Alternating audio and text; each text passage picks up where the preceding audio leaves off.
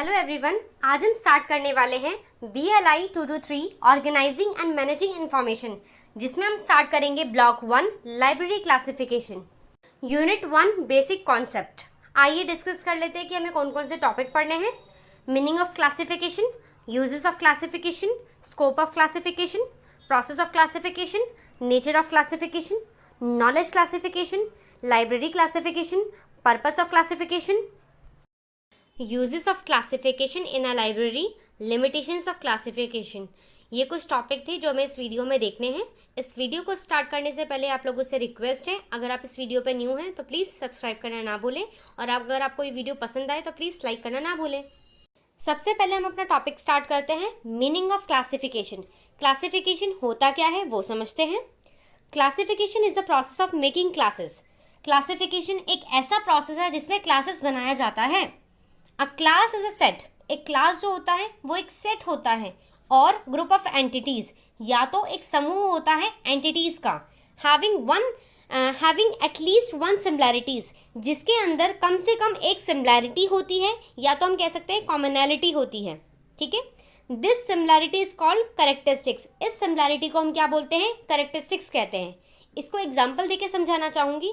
मान लेते हैं जो BLS डिग्री के जितने भी स्टूडेंट्स हैं, क्लास के जितने भी स्टूडेंट्स हैं, चाहे वो मेल हो, फीमेल हो, किसी भी कास्ट के हों, किसी भी रिलीजन के हों, चाहे वो अमीर हो मतलब रिच हो, पुअर हो, गरीब हो, कोई भी हो, उनके अंदर एक सिमिलैरिटी है कि वो क्या कर रहे हैं? BLS के डिग्री ले रहे हैं। तो एक तरीके से ये इनकी कैरेक्टरिस्टिक्स है।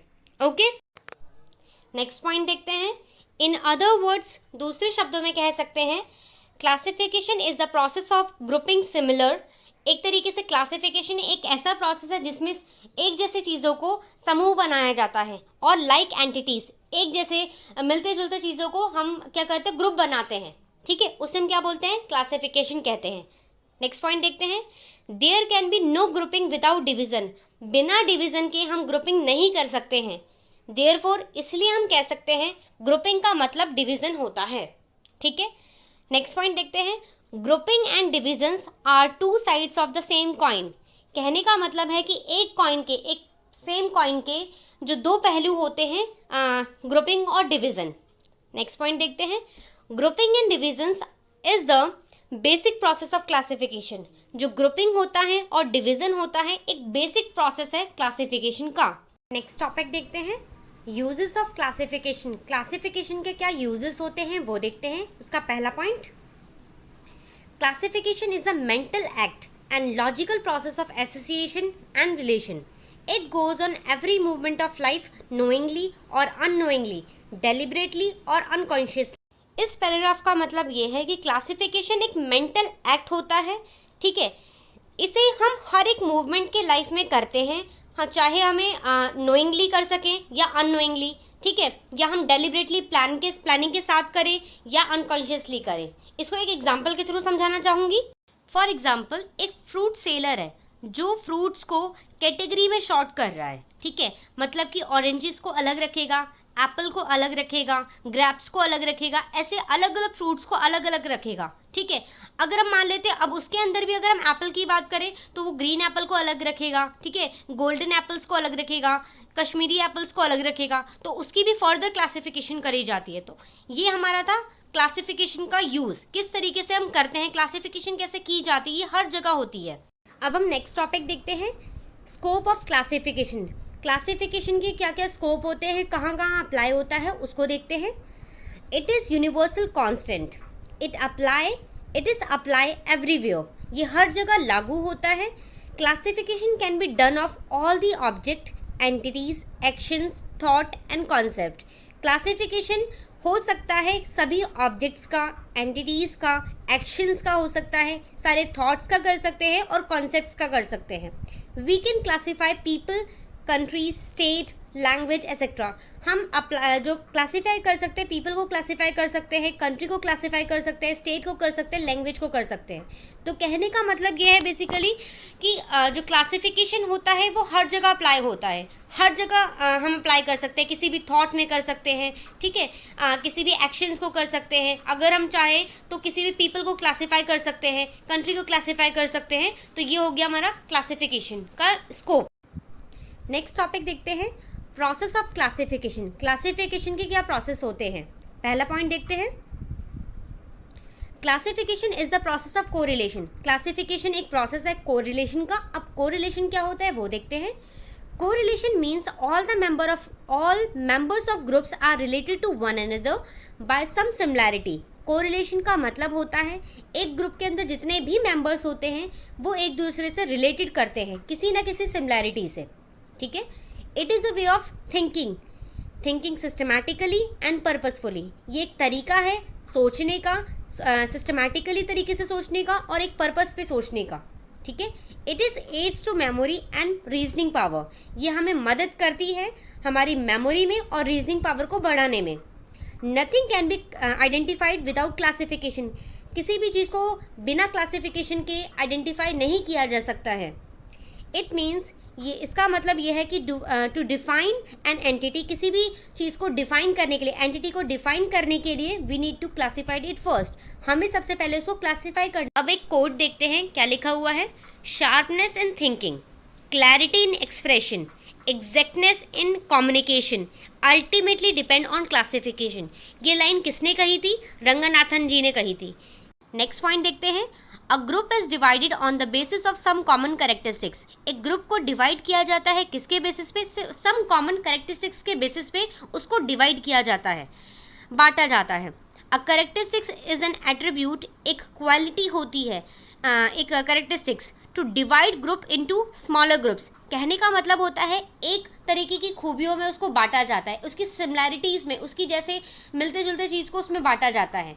जैसे कि मैंने एक फ्रूट वाले का एग्जाम दिया था, फ्रूट सेलर का एग्जाम दिया था, तो एप्पल्स को अलग कर दिया जाएगा, ठीक है, ऑरेंजेस को अलग कर दिया जाएगा, ठीक है, बनाना को अलग कर दिया जाएगा। तो ये आपका एग्जाम्पल है। अब प्रोसेस का ही आगे का पॉइंट देखते हैं, जीनस स्पीशीज रिलेशन। अब ये क्या होता है वो देखते हैं। अ क्लास और अ group is logically called genus. एक क्लास को या एक तरीके से ग्रुप को लॉजिकली हम कह सकते हैं जीनस, ठीक है। And the characteristics is difference.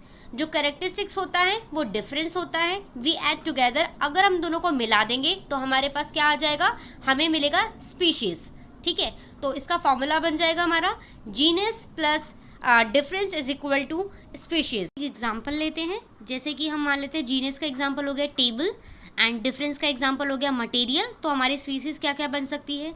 जैसे ग्लास टेबल, ठीक है, wooden table, plastic table, metal table etcetera. आइए अब हम देखते हैं कि लिटरेचर को किस तरीके से क्लासिफिकेशन किया जा सकता है, किस तरीके से बांटा जा सकता है, उसको फ्लो चार्ट में समझने की कोशिश करते हैं। जैसे बाय लैंग्वेज, कौन कौन से लैंग्वेज में उसको बांटा जा सकता है। जैसे कि अगर हम बुक्स को क्लासीफाई करते हैं तो इंग्लिश की बुक अलग कर देंगे, इंग्लिश लैंग्वेज की बुक अलग कर देंगे, फ्रेंच लैंग्वेज की बुक अलग रख देंगे, जर्मनी में बांटा जा सकता है, ठीक है, स्पेनिश में बांटा जा सकता है, अदर्स में बांटा जा सकता है।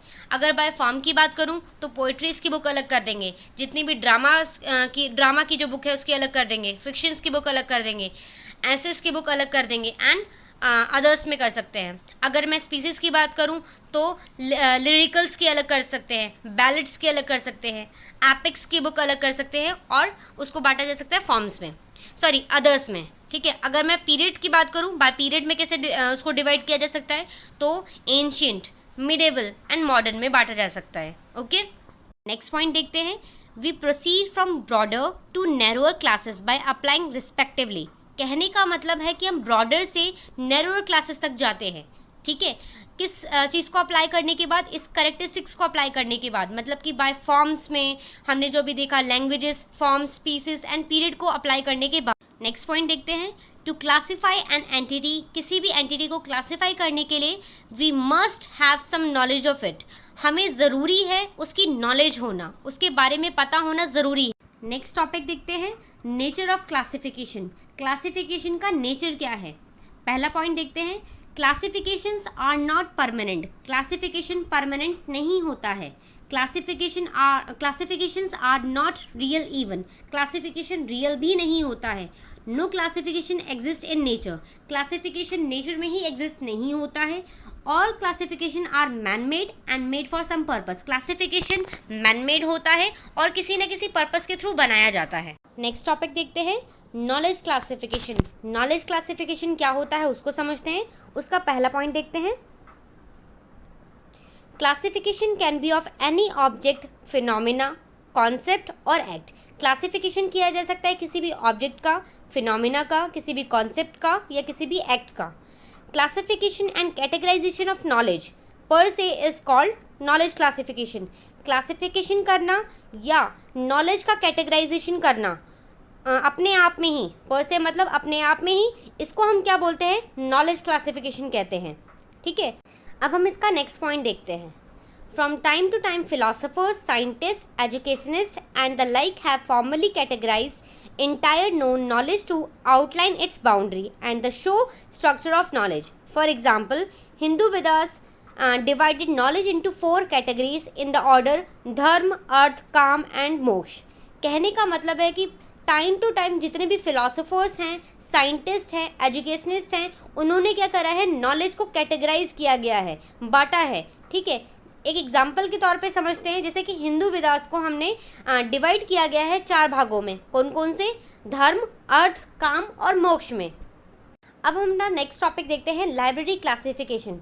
अभी तक हमने समझा था कि क्लासिफिकेशन क्या होता है, अब हम समझेंगे कि लाइब्रेरी क्लासिफिकेशन क्या होता है। ठीक है, तो लाइब्रेरी क्लासिफिकेशन का पहला पॉइंट देखते हैं।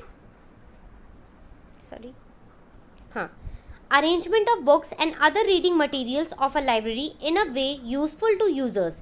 कहने का मतलब है कि अरेंज करना, एक तरीके से बुक को ऐसे अरेंज करना या अदर रीडिंग मटेरियल्स को ऐसे अरेंज करना लाइब्रेरी के अंदर जो यूजर्स के लिए हेल्पफुल रहे। ठीक है, it is a knowledge classification. ये एक नॉलेज क्लासिफिकेशन होता है जो अप्लाइड होता है बुक्स के अंदर, as applied to books and other package of information, जो अप्लाई होता है बुक्स के ऊपर और अदर पैकेज ऑफ इंफॉर्मेशन के अंदर। ठीक है, in earlier times books were grouped and arrange on the basis of their language, size, colour of binding, authorships और ब्रॉड सब्जेक्ट हेडिंग। कहने का मतलब है कि पहले के टाइम पे बुक्स को ग्रुप किया जाता था, रखा जाता था, अरेंज किया जाता था। किसके बेसिस पे? लैंग्वेज के अकॉर्डिंग। फॉर एग्जांपल, इंग्लिश की बुक को अलग रख दिया जाएगा, जितनी भी हिंदी की बुक होगी उसको अलग रख दिया जाएगा। उसके साइज़ के अकॉर्डिंग, मतलब 12 सेंटीमीटर की बुक्स को अलग कर दिया गया, 17 सेंटीमीटर की बुक्स को अलग कर दिया गया, मतलब सेम साइज़ की बुक को अलग सेट कर दिया गया, या कलर के अकॉर्डिंग, या बाइंडिंग्स के अकॉर्डिंग, या ऑथरशिप के अकॉर्डिंग, या तो कह सकते हैं ब्रॉड सब्जेक्ट हेडिंग के अकॉर्डिंग अरेंज किया जाता था। Those methods were perfectly useful in those times, as the main aim of the library was to store and preserve documents rather than to serve them to the scholar. कहने का मतलब है कि ये method उस टाइम के लिए useful था जब बुक्स को लाइब्रेरी का एम हुआ करता था कि बुक्स को स्टोर करके रखना, प्रिजर्व करके रखना, डॉक्यूमेंट्स को संभाल कर रखना, ना कि स्कॉलर्स को दिया जाए। नेक्स्ट पॉइंट देखते हैं। In modern days, democracy says to education was democratized and open to all. Education for all became the objective of the welfare state. To meet the need of the society, many new libraries were established. The library is open for all, like student, scholars, poor, children, etc. without any discrimination. इस paragraph का मतलब ये है कि modern days के अंदर शिक्षा सभी के लिए है, सभी के लिए खुली हुई है। ठीक है, एंड जो एजुकेशन है सभी के लिए, ये एक मेन उद्देश्य बन गया था।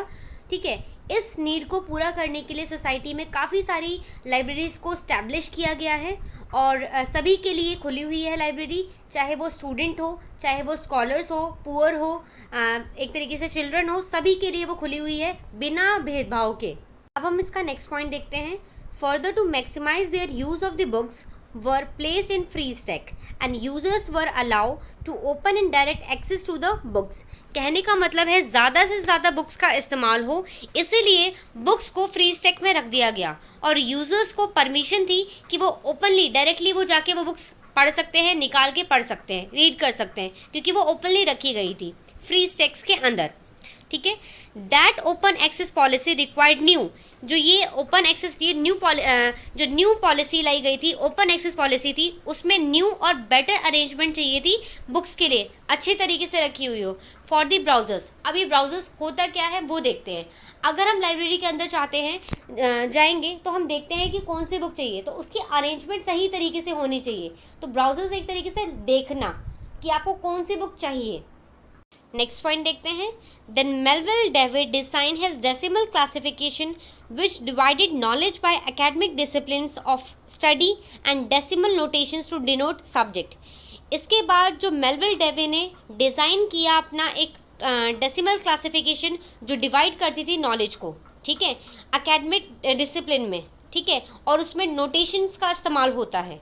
ओके, आप आगे देखोगे, आगे के क्लासेस में देखोगे किस तरीके से डीडीसी में नोटेशन का इस्तेमाल होता है और कौन कौन से क्लासिफिकेशन है, उसमें क्या क्या सिंबल्स का इस्तेमाल होता है, वो आगे की क्लासेस में देखने वाले हो आप, ठीक है। अब इसका नेक्स्ट पॉइंट देखते हैं। Formally and traditionally, library classification has been defined as the arrangement of books and other reading materials in a way that is useful to the users. कहने का मतलब है कि जो फॉर्मली और ट्रेडिशनली कहा जा सकता है कि लाइब्रेरी क्लासिफिकेशन को डिफाइन किया गया है बुक्स को अरेंज करना इस तरीके से, और बाकी या बुक्स को अरेंज करना और अदर रीडिंग मटेरियल को इस तरीके से अरेंज करना कि यूज़र्स के लिए वो यूज़फुल हो, कि अपनी पसंद की बुक उन्हें मिल सके, उनको कन्वीनियंट रहे कि बुक्स लेने के लिए, ठीक है। Today's libraries are arranged by subject through different type of collections are arranged in different ways. आज की लाइब्रेरीज अरेंज की जाती है सब्जेक्ट के अकॉर्डिंग, एंड जो डिफरेंट टाइप के कलेक्शंस जो होते हैं वो भी अलग अलग तरीके से अरेंज होते हैं। इसको एग्जांपल के थ्रू समझाती हूँ। जैसे गवर्नमेंट डॉक्यूमेंट होते हैं, पेटेंट होते हैं, स्टैंडर्ड होते हैं, वो एक अपने ही ऑफिशियल कोड के अकॉर्डिंग उसको अरेंज किया जाता है, ठीक है। तो ये कुछ मैंने एग्जाम्पल लिए, और एक और एग्जाम्पल लेके समझाती हूँ। जैसे जितने भी करंट पीरियोडिकल्स होते हैं वो अरेंज किए जाते हैं अल्फ़ाबेटिकली बाय टाइटल, ठीक है। ये कुछ एग्जाम्पल थे। नेक्स्ट पॉइंट देखते हैं। Designer of classification scheme is known as classificationist. कहने का मतलब होता है कि जो क्लासिफिकेशन स्कीम का डिज़ाइनर होता है, बनाने जो डिज़ाइन करता है, उसे हम क्या बोलते हैं? क्लासिफिकेशनिस्ट कहते हैं। A person who assign a class number is called classifier. एक पर्सन जो क्लास नंबर को असाइन करता है उसे हम क्लासीफायर कहते हैं। नेक्स्ट पॉइंट देखते हैं। All the 5 law of library science formulated Ranganathan support library classification and have specific implementation to design quality classification system. कहने का मतलब है जितने भी 5 लॉज बनाए गए हैं लाइब्रेरी साइंस जो फॉर्मुलेटेड करे गए हैं रंगनाथन द्वारा, वो सपोर्ट करते हैं लाइब्रेरी क्लासिफिकेशन को, और उनका एक स्पेसिफिक इम्प्लीमेंटेशन होता है जो डिज़ाइन करता है क्वालिटी क्लासिफिकेशन सिस्टम को, ठीक है। नेक्स्ट पॉइंट देखते हैं। Without classification a library is a unorganised जम ऑफ बुक्स। बिना क्लासिफिकेशन के एक लाइब्रेरी अनऑर्गेनाइज्ड जम ऑफ बुक्स है। अब हम देखते हैं पर्पस ऑफ क्लासिफिकेशन। क्लासिफिकेशन के क्या उद्देश्य होते हैं? पहला point, it brings like book togethers. जितनी भी मिलती जुलती एक जैसी बुक्स होती है उसको एक जगह रखा जाता है। इट सेव्स टाइम, ये हमारा टाइम बचाती है। ब्राउजिंग फैसिलिटीज़, ये ब्राउजिंग फैसिलिटीज़ प्रोवाइड करती है। कहने का मतलब होता है, ब्राउजिंग मतलब होता है देखना। एक तरीके से अगर आप लाइब्रेरी के अंदर जाते हो, जो लाइब्रेरी की कलेक्शंस को देखना बिना किसी पर्पस के, अगर आप चाहते हो किस टाइप की बुक चाहिए आपको, ठीक है, तो आप किसी स्पेसिफिक पर्पस से देख सकते हो, ठीक है, आप देखोगे, उसको बोलते हैं ब्राउजिंग फैसिलिटीज़। नेक्स्ट हमारा पॉइंट आता है withdrawal of books, withdrawal of document from stock. आप निकाल सकते हो book, addition of new books, books को ऐड कर सकते हो, करेक्ट रिप्लेसमेंट, सही जगह से उसको रख सकते हो, जहाँ पे वो बुक रखी गई थी जो उसकी प्लेस है वहाँ रख सकते हो। It help in stock verification, ये हमें मदद करती है स्टॉक वेरिफिकेशन में। It reveals the weakness and the strength of the collection. इससे हमें पता चलता है कि उसकी स्ट्रेंथ क्या है, वीकनेस क्या है कलेक्शन की, किस तरीके की बुक्स है, वहाँ पे हमारे रिलेटेड बुक्स हैं या नहीं है, किस टाइप की बुक्स है, क्या उसकी स्ट्रेंथ है, ठीक है। ज़्यादा से ज़्यादा प्राइमरी सोर्सेज की बुक्स अवेलेबल हैं वहाँ पे, या सेकेंडरी सोर्सेज की बुक अवेलेबल है। अगर ज़्यादा से ज़्यादा प्राइमरी सोर्सेज की बुक्स अवेलेबल है तो वो बुक वो लाइब्रेरी बहुत अच्छी कहलाती है, तो इससे ये पता चलता है। नेक्स्ट टॉपिक देखते हैं। Uses of classification in a library. Classification का क्या इस्तेमाल होता है लाइब्रेरी के अंदर, वो देखते हैं। इसका पहला point, it brings together books on the same subject heading. कहने का मतलब है कि जितनी भी सेम बुक्स होती है, सेम सब्जेक्ट हेडिंग की बुक्स होती है, उसको एक जगह रख दिया जाता है। Thus the user get all the books at the same place in much more convenient to the users. इससे क्या होता है, यूज़र्स को एक ही जगह बुक मिल जाएगी, जिससे उन लोगों को बहुत आरामदायक होगा, मतलब कन्वीनियंट होगा उन लोगों के लिए कि एक ही जगह सारी बुक्स मिल गई, ठीक है। नेक्स्ट पॉइंट देखते हैं। It facilitate the browsing functions of the library. Browsing is to look library collections without any specific purpose. ये फैसिलिटी प्रोवाइड करती है ब्राउजिंग फंक्शन की। लाइब्रेरी के अंदर ब्राउजिंग का मतलब होता है बिना किसी पर्पज से लाइब्रेरी कलेक्शन को देखना। थर्ड पॉइंट देखते हैं इसका, it is a location tool, ये एक लोकेशन टूल होता है। विदाउट लाइब्रेरी क्लासिफिकेशन, बिना लाइब्रेरी क्लासिफिकेशन के the library catalogue will not able to function properly. एक तरीके से हम कह सकते हैं कि बिना क्लासिफिकेशन के लाइब्रेरी कैटलॉग प्रॉपरली काम नहीं करेगा। नेक्स्ट पॉइंट देखते हैं, it also used in preparing self list. कहने का मतलब है कि मदद करता है हमारी बनाने में, सेल्फ लिस्ट को बनाने में। It helps building the balance collection of the document in the library. ये हमारी मदद करता है बैलेंस कलेक्शन बनाने में, डॉक्यूमेंट का बैलेंस कलेक्शन बनाने में लाइब्रेरी के अंदर। लास्ट टॉपिक देखते हैं, लिमिटेशंस ऑफ क्लासिफिकेशन। क्लासिफिकेशन के क्या लिमिटेशंस होते हैं? Classifications are social, classification social होता है, नॉट नेचुरल, ये नेचुरल नहीं होता है। These do not satisfy the needs of all the library users as they have individual needs. कहने का मतलब है कि सभी के नीड्स को सेटिस्फाई नहीं करता है, ठीक है, अपने अपने इंडिविजुअल नीड्स होते हैं। फॉर एग्जांपल, अगर हम स्कूल लाइब्रेरी में जाते हैं तो बच्चों के अकॉर्डिंग उस बुक्स को अरेंज किया जाता है, क्लासीफाई किया जाता है। अगर आप एक स्पेशल लाइब्रेरी में जाओगे तो एक तरीके से साइंस के स्टूडेंट्स के लिए है वो, मान लो फॉर एग्जांपल, तो उनके अकॉर्डिंग बुक्स अरेंज की जाएगी। तो कहने का मतलब है कि सभी के लिए अलग अलग अकॉर्डिंग अलग अलग क्लासिफिकेशन होती है, सभी के लिए सेम क्लासिफिकेशन फुलफिल नहीं हो सकती है, परमानेंट नहीं है, ये हमने पहले भी देखा था। नेक्स्ट पॉइंट देखते हैं, it is costly process and subjective too. ये कॉस्टली प्रोसेस होता है और सब्जेक्टिव भी होता है। तो ये हमारा लास्ट टॉपिक था। आई होप सो आपको पूरा चैप्टर समझ में आया होगा। अगर कोई भी डाउट आता है तो आप मुझसे कमेंट बॉक्स में पूछ सकते हैं।